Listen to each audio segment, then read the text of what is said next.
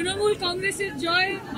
শেষ হয়েছে ভারতের লোকসভা নির্বাচন। পশ্চিমবঙ্গের যাদবপুর আসন থেকে জয়ী হয়েছেন তৃণমূল কংগ্রেস প্রার্থী অভিনেত্রী সায়নী ঘোষ। তবে এই অভিনেত্রী জয় নিয়ে চলছে নানা ধরনের বিচার বিশ্লেষণ। সায়নীকে নিয়ে এবার কথা বললেন অভিনেত্রী শ্রীলেখা মিত্র। সঙ্গে বললেন পশ্চিমবঙ্গে বামপন্থীদের ব্যর্থতা নিয়েও। তিনি জানান, 2024-এর লোকসভা নির্বাচনের ফল আমাকে হতাশ ও বিস্মিত করেছে। গত লোকসভা নির্বাচনে যাদবপুর কেন্দ্র থেকে মিমি চক্রবর্তী জিতেছিলেন তৃণমূলের টিকিটে। এবার সেই টিকিটে সায়নী ঘোষ জিতেছেন। বিস্মিত শ্রীলেখা বুঝে উঠতে পারছেন না, যে কোনো প্রার্থী তৃণমূলের টিকিটে দাঁড়ালেই যাদবপুর লোকসভায় জিতে যান কি করে।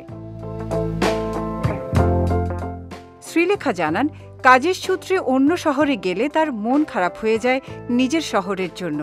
ওইসব শহরের সুবন্দোবস্ত খানিকটা হীনমন্যতা তৈরি করে, আর এর জন্য বাংলার বর্তমান রাজনৈতিক পরিস্থিতি দায়ী বলে মনে করেন শ্রীলেখা।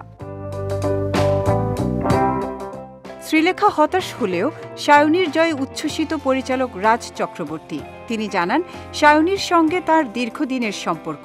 সায়নী সম্পর্কে রাজ আরও বলেন, আমার মনে হয় সায়নী যথেষ্ট বুদ্ধিমতী এবং আমাদের দলেরও বড় সম্পদ।